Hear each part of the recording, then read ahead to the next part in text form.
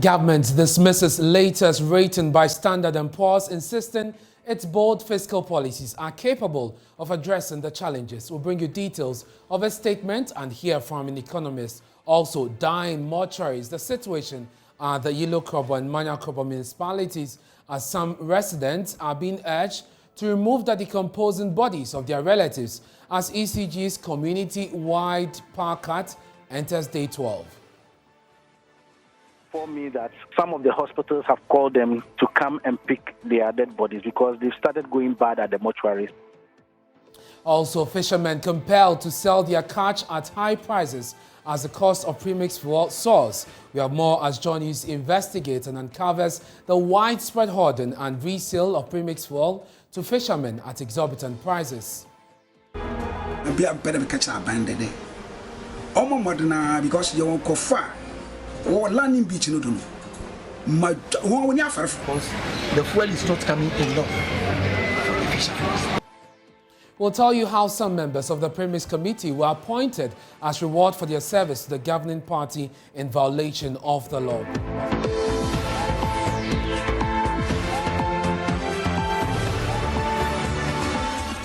Hello again, thanks for choosing us. Now, government has expressed disappointment in the latest rating by Standard & Poor's, which brings the country's credit worthiness to CCC plus with a negative outlook from B minus. Now, this simply means the country's credit worthiness has further declined into junk status.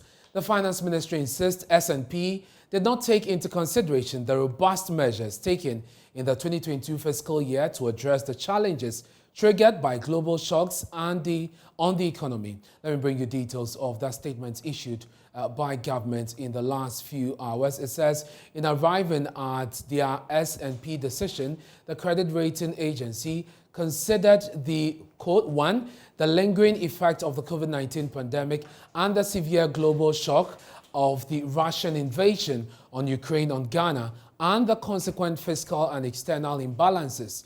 B, elevated gross financing needs in the face of international capital markets. C, the limited commercial financing options. And D, the credible steps taken by government to fast-track fiscal consolidation and the passage of the key revenue bill. So these are the measures that the ratings agency, considered in its latest ratings. Now, government says it is disappointed by S&P's decision to downgrade Ghana despite the bold policies implemented in the 2022 budget to address the macro-fiscal challenges and debt sustainability, which have been significantly exacerbated by the impact of these global external shocks on the economy. Government continues to say it has implemented key revenue and expenditure measures, including the 30% cut in discretionary expenditures, the delays in the passage of key revenue measures introduced in the 2022 budget affected revenue performance in the first half of the year. However, all the revenue measures introduced in the 2022 budget, including the review of the MDA fees and charges bill, the tax exemption bill, the e-levy bill, have all now been promulgated by Parliament.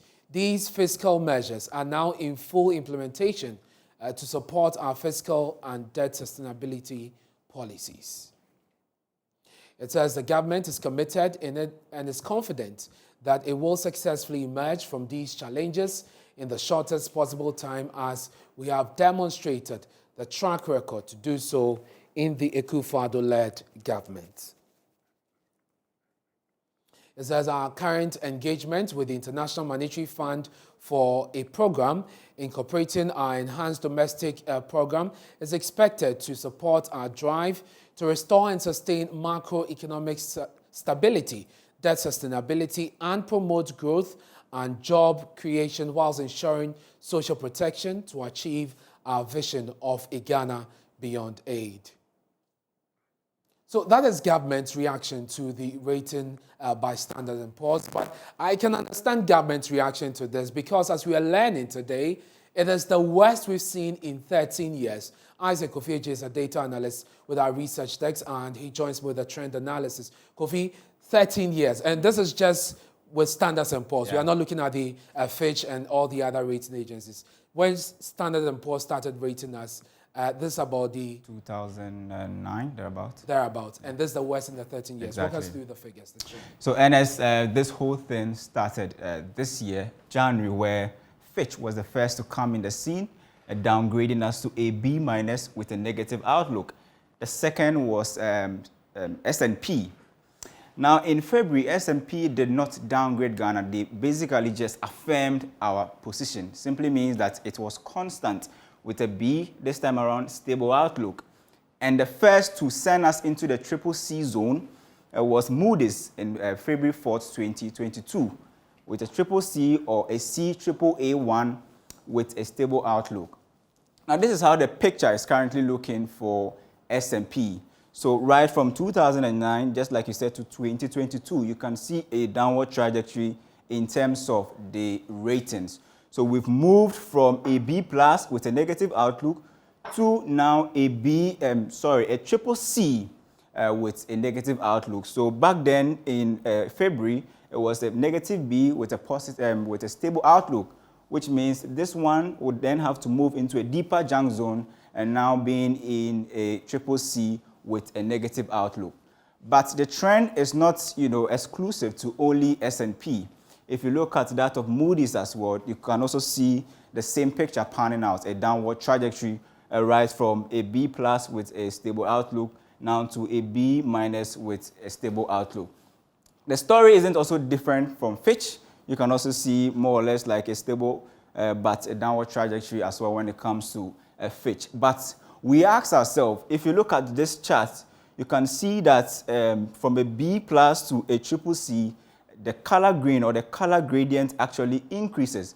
It means that the more you get into these zones, one, it means your bonds are going to be sold at a higher interest rate. And those who are actually having your bond in the primary market will now go to the secondary market and dump them. This simply means that you lose access to the international fund market. And even if you go there to borrow, you borrow at exorbitant, interest rate that we're talking about. But what is the bread and butter story as far as this credit rating is concerned? Now, when you are downgraded, this is what happens. It puts pressure on your foreign reserve. Now, beginning this year, our foreign reserve was somewhere around $9 billion, close to $10 billion when we started the year. Now, it has depleted to $7 billion, being able to afford us only 3 months of import cover. Now, when this happens, and it puts pressure on your exchange rate. Now, we know basically that when there's pressure on the CD, what happens is that, there's also pressure on fuel prices because we import, crude oil, and we need dollars to go into the international market to actually bring this stuff in. So we talk about fuel, we talk about, pharmaceutical. Just like Beverly said, Joy Business is learning that, cement price may also go up. Why? Because there's pressure on foreign reserve and there's pressure on what? Fuel prices. Now, it happens, when this happens, you have transport fares going up and then everything else also seeing an increase in terms of prices.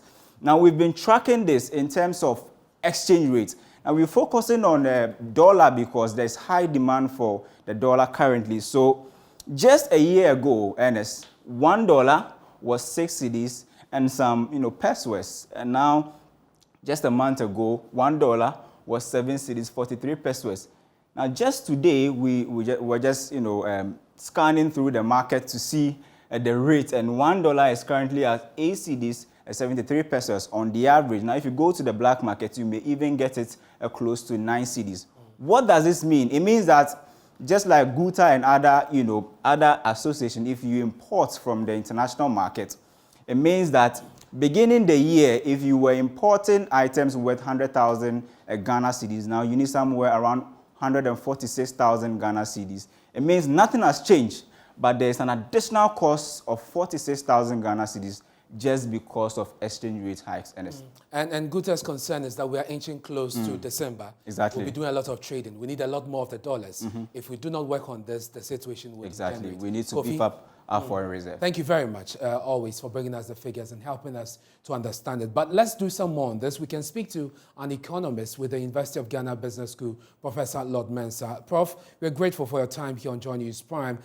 In your view, do you think this latest rating is reflective of the situation? Government is disappointed, and it talks about the measures it's put in place to address this and saying that Fitch did not actually consider these. But when you look at its own statement, the point D that it says, Fitch actually considers this and goes ahead to say that despite these measures, we think that you are not doing well. And so we are rating you, we are pushing your ratings down further. What is your take on this? Yeah, I think if you look at the last time we had our ratings from Moody's and Fitch, clearly inflation wasn't around 30%. Inflation was hovering around 14%. Exchange rate at the time was around 7 point something percent. Yeah. 7.5. Per the dollar. You need 7.5 cedis to buy the dollar. Now, effectively, all these indicators will hit against you if you look at the models that are used by these rating agencies. Yes, I heard the press conference by the finance minister indicating that all the prudent fiscal measures that has been put in place were not considered by Fitch. Of course, Fitch will deal with the data that exists. The fiscal measures that we've put in place, the question is how much are we saving from it? And then how is it building up into our budget deficit? If it's insignificant, then obviously it will not be considered. But then if it turns out to be significant, then it will show in our next rating because the signals will build up into our budget deficit going forward. But if you look at the happenings, I think I'm not surprised because the signals that we're expecting for the budget review to tone down on government, budget deficit, and then also give indication of drastically cutting down expenditure. We did not realize that. So Fitch assumes that going forward, government is still on the radar of spending. So effectively, the prudent fiscal measures may not yield as expected because if you want to cut down expenditure, then you may have to look at the discretionary ones like Agenda 111 and all those. But I think it didn't reflect in the media review. So all these things are things that will hit against you. So I can tell you that the indicators on the ground are not the same. And as a result of that, our outlook, it looks more towards, defaulting than, going away from defaulting. And we've seen a trend. Governments seem to be responding, reacting, or in some cases dismissing. The last time it was Moody's, and they actually fought, the decision they are taking to downgrade Ghana in terms of our credit worthiness. Does these reactions affect our situation in any way, good or bad? It does. It put kind of more uncertainty because the investor trusts the models that this revered, rating agencies have been putting out all this year. So if you go out to challenge it, it turns out to be a bit hazy as far as the investor community is concerned. So it's unfortunate. I would have loved the finance minister does not respond at all. But then take it in good faith and then work towards this transition and possibly, who knows, we may come out of it looking at the policies that we're rolling out. And so far, it appears that the monetary policies and the fiscal measures, that we have adopted are not yielding results. And when it comes to particularly the depreciation of the cedi, are there measures outside the framework we've adopted over the years that we can begin to explore? Can we move outside what we've done so far? I think we are on course. You see, if you look at the management of the cedi against the dollar, on short-term basis, we do manage it with inflows of dollar elsewhere and all those, relying on Eurobond market and then possibly the cocoa syndicated loans and all those inflows that we get to buffer, our dollar stock. But then in the end, the structure of the economy that is supposed to tackle the exchange rate, I think we're missing it. If you take, for instance, a policy like planting for food and jobs, if it is implemented, very well, clearly it will build up into reduction in import of food. And indirectly, if you reduce your importation of food, you are more or less saving your currency. And then also, if you take, for instance, 1D1F, who knows? We could have gotten to a point where we might diversify our export. And by so doing, we'll end up having more, dollar inflows. So, the solutions are on paper. I always say, I think I made a quote. I quoted something some time ago on Twitter, saying that, look, the solutions to our national problem are all in the political manifestos that are read out every now and then. So clearly, the things are there, but then the problem has to do with implementation. Indeed. If we are to implement most of the things on paper to the latter, I think some of these problems should be solved. Can you imagine a country like Ghana that we are struggling with our exchange rate and we can have rice, on the market that is so cheap? Don't you think it will build up into other things that will be cheaper for us? Indeed. Because in the end, when you take your salary, you know very well that at least for rice, you are sure of it in times of difficulty.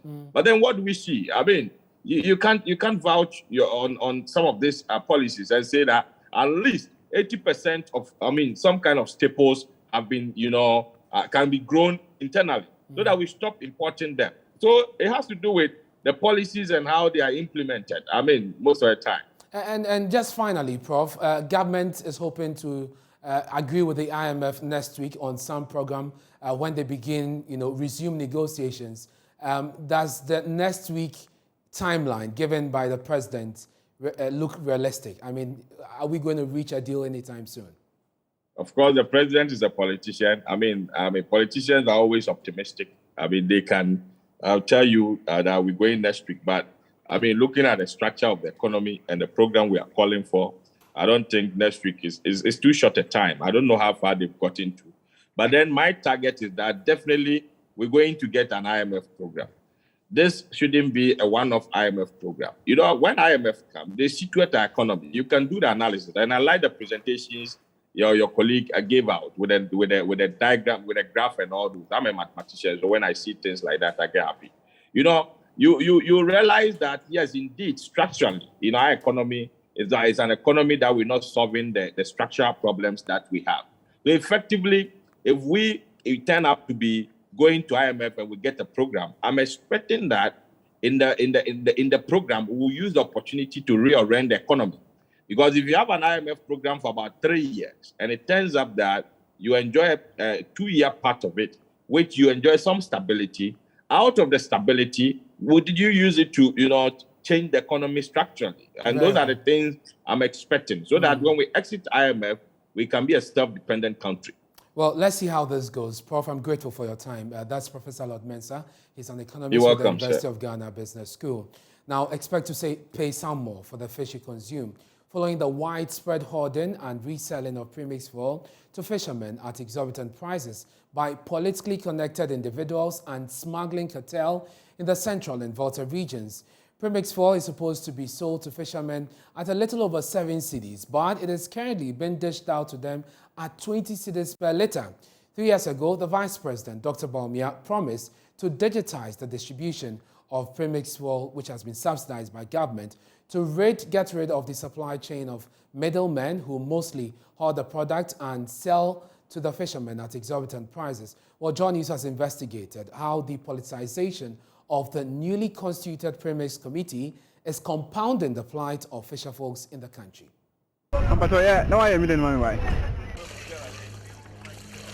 In 2019, John News investigated the underhand dealings of a cartel hoarding and trading premixed fuel at exorbitant prices.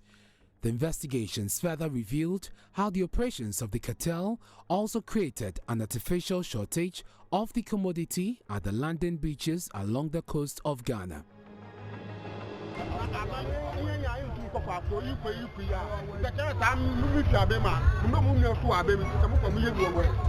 The management of the premix supply and distribution is not only an issue of livelihood, but a political one that caught President Akufo-Addo's attention to make a firm promise of reforms and the introduction of new moves aimed at resolving the problems. Given the efficient distribution of premixed fuel, will continue to use the premixed fuel tracking system and audit landing beaches measures, which have ensured that since November, there's been no report of premixed diversion. 3 years ago, Johnny's investigations revealed that there were many middlemen aggressively buying, hoarding, and selling premixed fuel.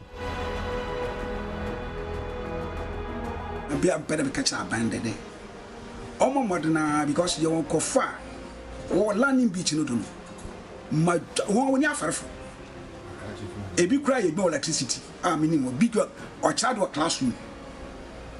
Teacher no what now about to premise no do. No turn my hand. No one is checking these cartels. There are more fishermen in need of premixed fuel.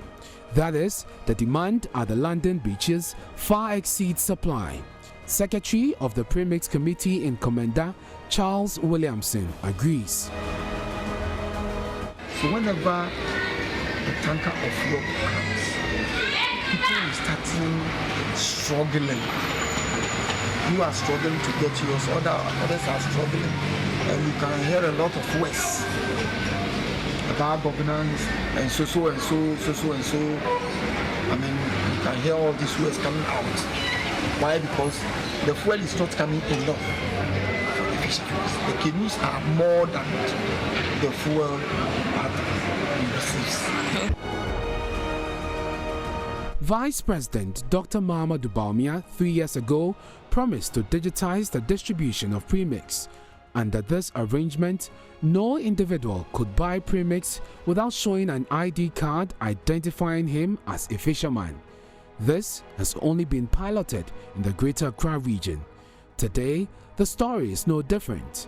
At the Central, Western and Volta regions, unbridled hoarding by the cartel and politicization of the premixed fuel distribution goes on unabated. It's even worse with a nationwide shortage of premixed fuel.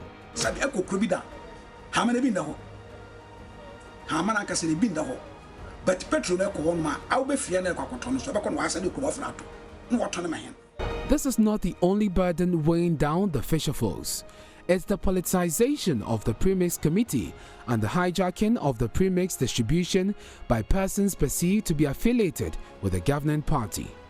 A former member of the Premix Committee at the Voja Landing Beach, Moses Inchuga, confirms this claim.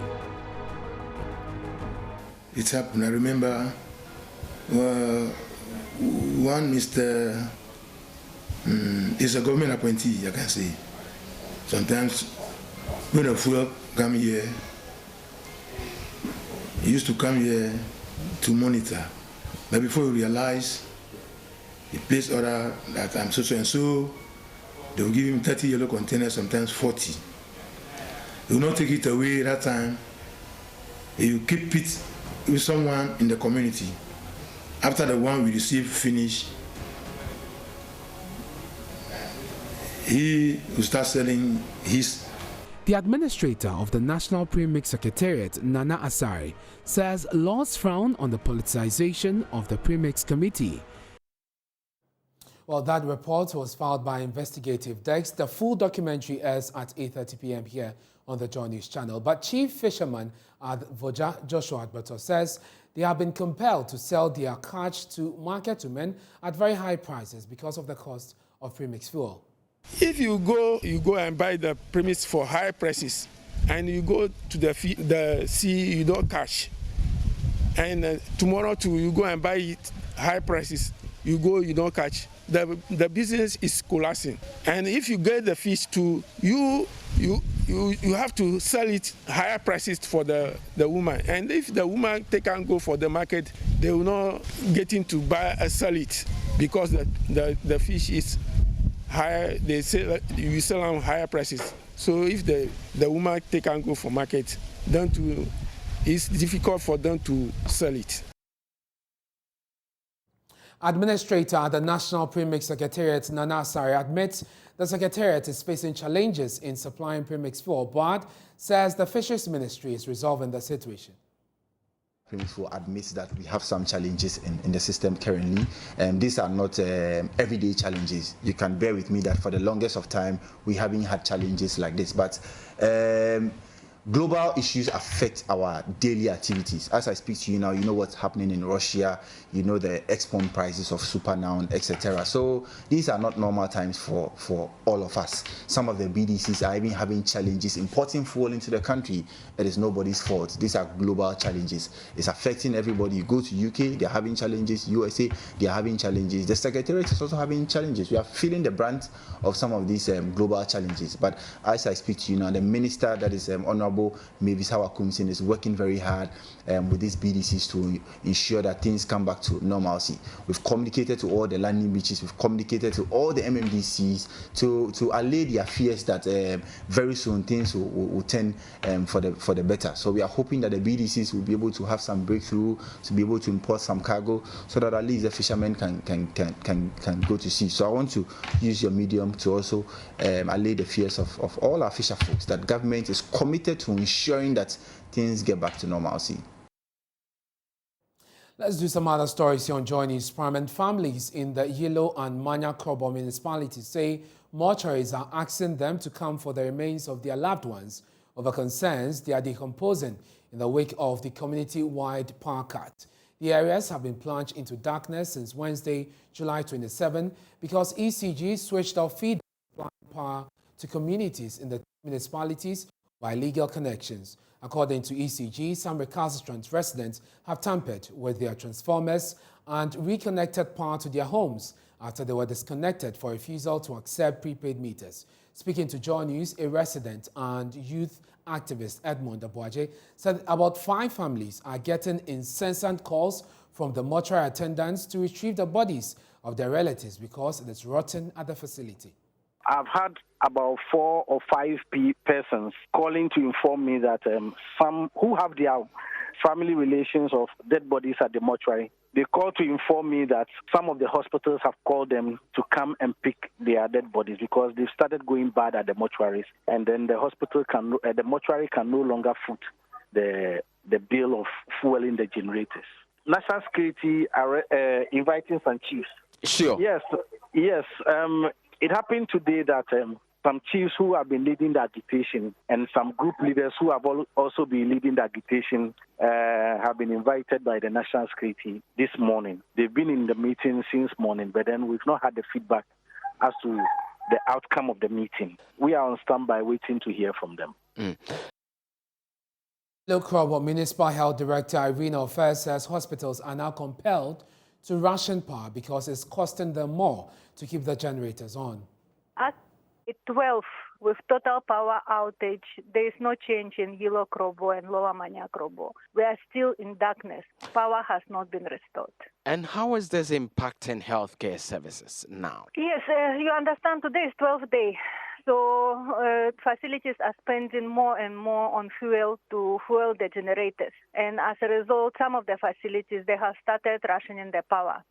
So I learned that at our government hospital, when they have a case at the theater, the generator is running. So when the case is done, generator will go off. I was also informed that Martins, I think from tomorrow, the generator will run till 2 p.m. Then it will go off. Yilo Krobo District Hospital, they are also using generator whilst OPD is running.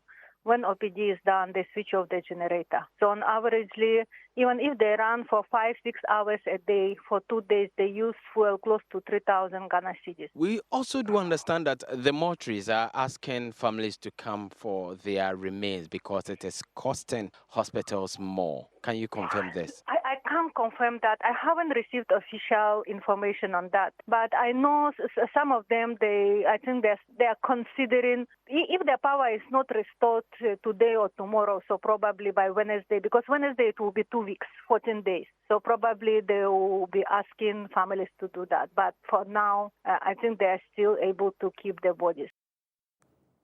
Now, one person is battling for his life after near electrocution as he attempted stealing live electric cables of the Electricity Company of Ghana.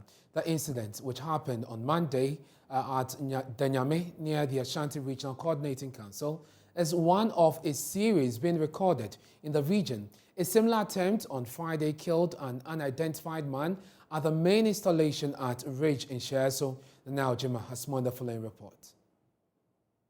The Electricity Company of Ghana have been under attack by thieves over the years. Some have ended in fatality since the installations carry high voltage. The security men were at post, as usual, and they heard a loud noise outside, and they went outside to check, only to find the culprit lying on the cables in a pool of blood. This was at Station A, one of our main bulk supply points. Though statistics on such incidents are not readily available, the company has described it as a rampant occurrence. ECG Communication Officer Samson Boateng reviews though the company has secured all its installations, many ignore warning signals and attempt to steal. It is an existential threat, I would say. It happens quite often, and we are not enthused about it at all, given the loss of life and then the damage caused to our cables, and then the fact that quite possibly communities or customers might have to sleep in darkness. Because if you cause damage to the cable, once the cable is damaged, we'll have to mend it, we'll have to get it repaired. So it will call for our cable men to cut where the damage has been done and then join. And that means we'll have to put power off. So there's an inconvenience. So what's the reason for people tampering with your cables? Have you been able to establish the reason why people go into such installations, despite the warnings? Thank you. The warnings are conspicuously there. You know, the metal plates that you have displaying danger.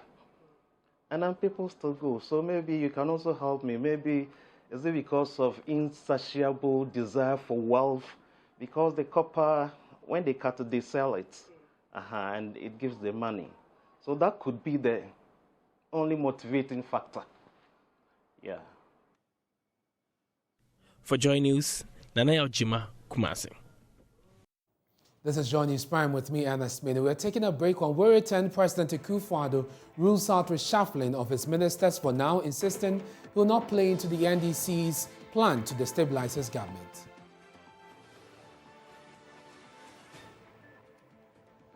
Outstanding work. Their output has been considerable. And that's what I look at. Okay. There's an issue about reshuffle of the performance of ministers. It isn't as if it is something that every now and then my mind comes to. Okay. It's a daily preoccupation for me. Yeah. I'm required.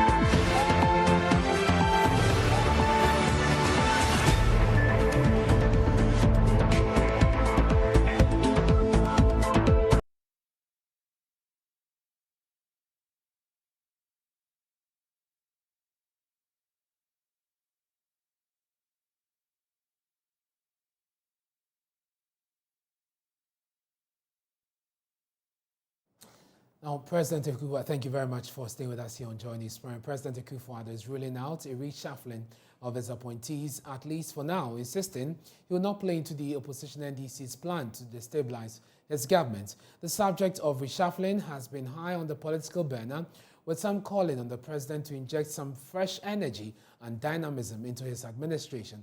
According to a section of Ghanaians, some of the ministers have failed to live up to expectations and they must be removed. Calls for reshuffling and sacking of ministers is intensifying, and Ghanaians have been sharing their opinion on the exact ministers that must be removed. For them, the comments of the president does not exactly reflect the situation on the ground. I do believe him in some ways, but not that completely. It will not be perfectly complete that all the ministers are performing at their best. He needs to do something about the education ministry. And talk of that of the other minister, I think Minister for Energy. That's, what do you call it? Napo. Needs to do something about that. Right now I'm coming from Medina. The entire Madina Zongo, it is off since 6 a.m. up to now. It is still off, lights out. You took us to IMF. Right after that, we also had in the parliament that you are bringing the toll booths into our new roads. So it means you are doing cost 90 work. Press cost 90 on the calculator, you are going to get 0. And if a minister of state is acting this way, he has to be sacked completely. You understand? Oh, if the government says so, if the president says so, then it's a very big lie. Because you can see that everything is turned upside down in the country. My friend, if you go out there, or if you come where we are, you will see everything by yourself. People are suffering seriously. Actually, they have to look for better people that can manage the country well, or they can do the job. It is not only that when the people are well educated, certificate can never do anything for us. If the president can't do that, then we shall wait for the election day. Seriously speaking, I would prefer if they would change all the ministers. I've traveled outside Ghana before and I've realized that our ministers, even our government, is not helping us. For the minister, I would say all of them, because I've not seen any improvement. I've not seen any change in our this country, so I would prefer we change everything. Look at our ministers. They are too much. Look at great ministers. We have some ministers, even they are paying them, they don't even work. It's about time for do reshuffle and limit the ministers. The citizens we are what? We are weeping. I'm saying a Greek minister is the first person you have to change. Well, those are your thoughts there, but addressing the issue in an interview on Tamale-based North Star FM, the president said he's on a daily basis apprised with the performance of his ministers to determine whether they are delivering or not. Even if I did, Gaddafi, with respect, is not on your radio station. You will not reshuffle anybody here. I'm not going to reshuffle anybody here. That is a matter that I will take in an appropriate way. But let me say it again. I know that people are making a lot of noise about this matter. But several of the people who are responsible for assisting me to steer the country out of the difficulties that we inherited and out of the difficulties that have subsequently come are still in place.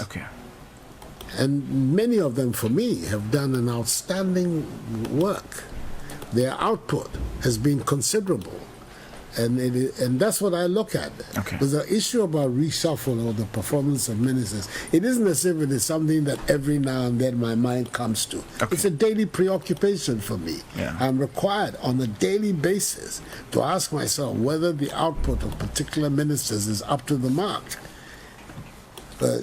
I am not the final authority, and if they're not up to the mark, I'm required to act.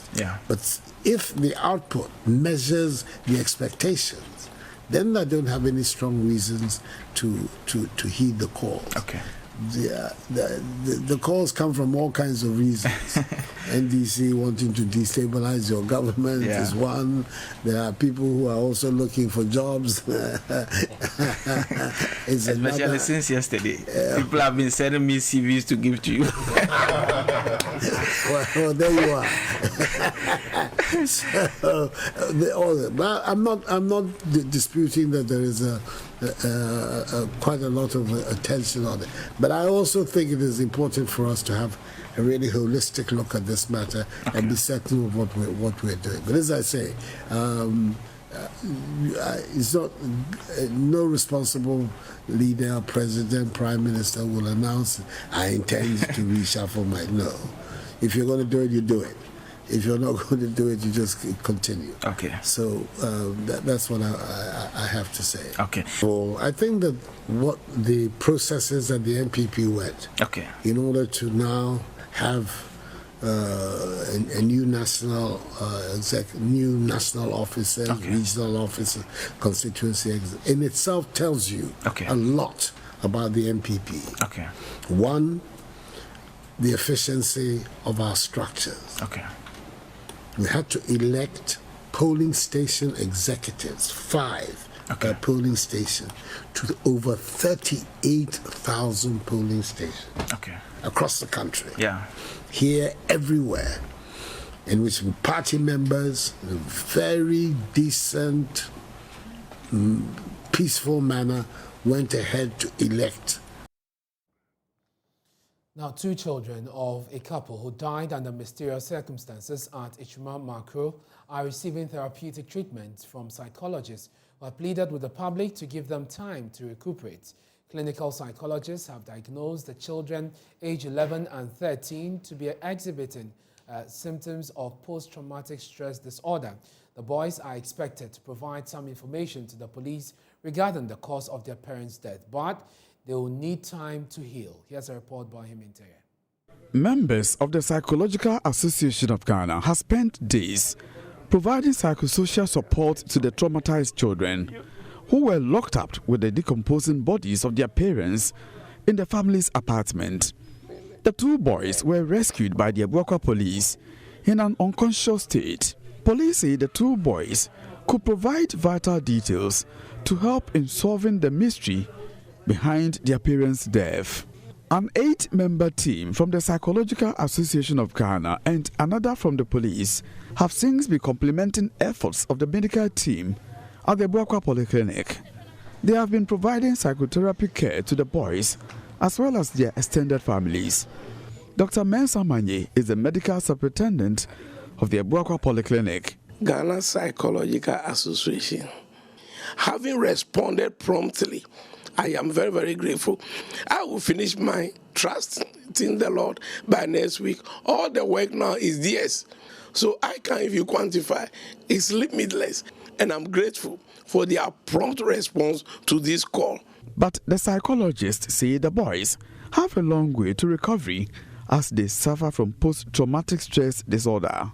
Daniel Fojo is a clinical psychologist and leader of the team. Anybody that goes through this normally would have marked symptoms of post-traumatic stress disorder. It is basically marked by a prolonged apprehension of a very threatening event that an individual might have gone through. And it actually goes on to even affect their physical well-being. And so for them, they are showing some of these things. We've assessed them. We've seen some symptoms of PTSD. But like I said, it has to be gradual. It has to take time. We have to go slow as possible. And by so doing, I think we can get them back on their feet. The death of Mr. and Mrs. Jackson, a well-to-do couple believed to have died in their locked apartment for several weeks, has left many Ghanaians asking the cause of their death. Many had hoped the recovery of the couple's children could help give some clues to police on the death. But Mr. Fojo wants Ghanaians to give the children some space to recover. Our work kind of is putting the family in a state where they can collaborate with the police in helping the police uncover what has happened. And because of that, it is very difficult if the public is in such an apprehension to know exactly what happened. I think we should give the police that space to operate and do their investigations and come up with exactly what happened. For our part, we want to secure the psychological well-being of everybody that is involved. But the police would have to uncover exactly what happened and what might have caused it. I would say to the public that all of us need to be patient enough to wait for the police to put everything together. Meanwhile, an autopsy on the bodies of the deceased is expected this week. From Kumasi for Joy News, Ohime Ntewia reporting. We have more stories on myjoyonline.com.